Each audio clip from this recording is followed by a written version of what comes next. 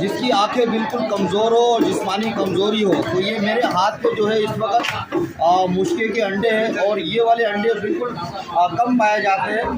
तो कराची का शहर है और यहाँ पर जो है फिशरी बिल्कुल करीब है और फिशरी के करीब होने के बाद जो मछलियाँ इंपोर्ट एक्सपोर्ट होता है यहाँ कराची से बाहर जाता है, तो बाहर जाने से पहले मछलियों के अंदर से जो गंद निकलती है उसी गंद के अंदर से जो ये अंडे निकलती है अंडे। तो बाज़ औक़ात जो है ना कस्टमर अंडे और मछलियाँ लेते हैं, लेकिन अंडे जो ना दुकान वालों को छोड़ के चले जाते हैं। तो आज के बाद जो भी मछलियाँ खरीदते हैं, कहीं से भी खरीदते हैं पूरे पाकिस्तान में, आप अगर मछली कहीं से भी लेते हैं तो मछली के साथ अंडे लेना मत भूलिए। अंडे लेके जाए, खुद भी खाए और बच्चों को भी खिलाए।